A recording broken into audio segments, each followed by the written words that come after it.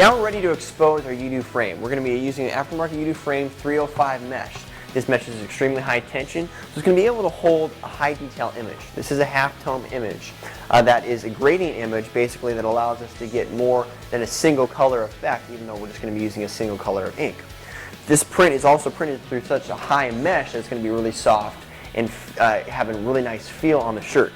Now, we're using direct emulsion. This is the Yudu direct emulsion, and with an exposure time of 10 minutes with this screen. So keep in mind, now with this particular image, you'll notice that I used center crop marks on the image to help me align the print before I register it. Now, there's two center screws in the center of your Yudu exposure unit. So you definitely don't have to be super exact. If you do, there's pre-registration templates available that you can actually set this up on, but I'm just going to align these two crop marks by eye to the two screws, and I'm going to set my screen down on top of that. Now, the important part of a good exposure, especially when you're doing fine detail like this, is called positive contact. What a positive contact is it means this film and the screen mesh are pushed directly against each other. If there's room between the two, then your exposure light can actually get around and underexpose or over cross-link your image underneath it. So with the Yudu typical exposure unit, has a small little foam pad here that gives it some pressure and positive contact. However, with these screens, because they're thicker, they're stronger, you're going to need a little bit different foam pads. So we sell a simple little foam pad that sits inside of this. This foam pad just sits right in here, like that. It's a flexible foam pad, and then we're going to take our board and we're going to set it on top of that. Now, since you can't close the unit anymore because it's thicker, you need to use about 10 to 15 pounds of weight on top of that. I'm just going to use a gallon of ink. This ink presses the foam into the glass, which gives you your positive contact needed for that fine detail exposure. Now we'll put on our exposure for 10 minutes, and then we'll come back and wash the screen out when it's done. Now keep in mind your exposure time is directly correlated to how dark your image is and how thick your stencil is.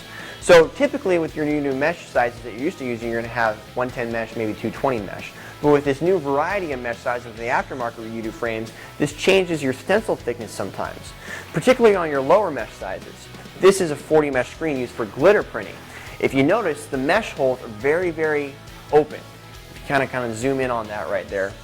Because the mesh holes are so open, this holds a lot more emulsion. So we're actually going to increase our exposure time for lower mesh screens by about 20%. So instead of exposing this for 10 minutes, we're going to expose it for 12 minutes. And since we're exposing it longer, it's very important that you have dark films. This is a waterproof film printer with an Epson printer. Now this is a standard Epson printer, and because we're using that waterproof film and that Epson photo driver printer, it enables us to get a really, really opaque dark image. So if I hold this up to light, I can't see any light through it. And that's why it's important to use that waterproof film that can hold more inkjet ink.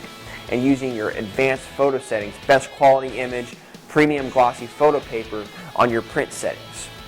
So once we expose this, you'll tell how this washes differently out than our high mesh screens.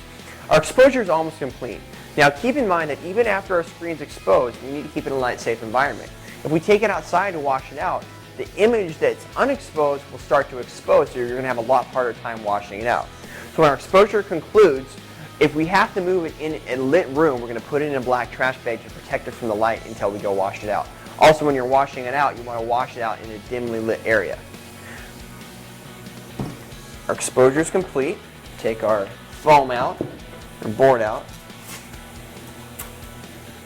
Let's take a look at our screen.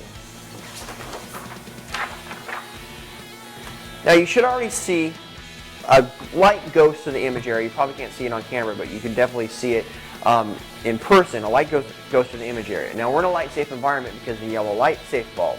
We're going to take it over to our washout sink and rinse it out.